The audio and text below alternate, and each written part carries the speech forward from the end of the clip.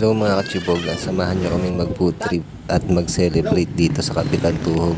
Dahil successful yung kinalabasan ng laban nila Kuya Tantan. Lumaban kasi sila ng journalism dito sa May Science High School.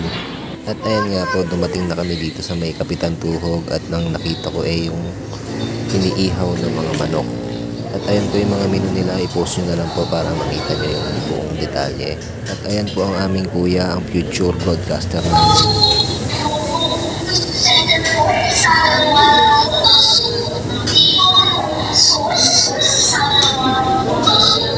At ayan po yung naging performance ng aming kuya. Palagi mo lang galingan kuya at dito lang kami palagi kami nakasuporta ng mama mo. At ayan nga po si Mrs. na pagkamalang waitress dahil kaparehas niya yung uniform ng mga tao dyan. First time po namin kumain dito kasi nababalitaan ko masarap daw talaga yung mga luto dito. Dumating na nga yung order namin mga katsibog at tara tikman natin isa-isa. Magugulat ka na lang din talaga kasi ang bilis ng serving time nila. Saglit lang kami nga po at ayan dumating na agad yung mga foods.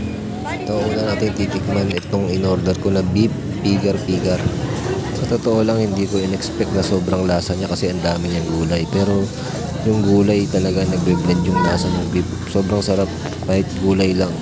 Sobrang lasa na. Sa halagang 120 sulit na ang laki ng serving nila. Halos kalasa niya yung pigar-pigar ng Pangasinan. Kung natikman nyo na yun, ganun-ganun yung lasa niya. Pero sa gamit kasi ng karne sa Pangasinan is Carabao's meat. So ito ang next natin titikman is yung sisig nila. Mahilig din kasi kami sa sisig at masarap din yung sisig nila, yung texture malinamnam. Hindi kagaya ng ibang sisig medyo crunchy, pero ito malinamnam siya. Saktong-sakto to pampulutan. Next na titikman ko mga katsibog is yung pork barbecue saka chicken barbecue. Masasabi ko lang is halos parehas naman sila ng lasa. Nagkaiba lang ng texture. Yung beef, yung pork medyo matigas ng konti compare dun sa chicken.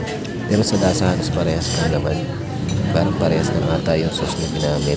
Sa halagang 45 pesos, isa panalo ko na kasi masarap yung lasa. Located nga pala sila along Gaya-Gaya, Graceville, Road, Zone 4, San Jose del Monte, Bulacan. At ayan mga katsibog, katapos kumain, nag-ice cream ang mga batang makukulit.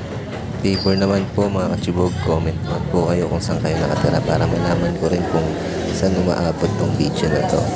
Iwan na rin kayo ng puso para ganahan tayong mag-vlog ng mga ganitong content. At ayan po, tapos na kami kumain. Salamat po sa panonood. Bye-bye!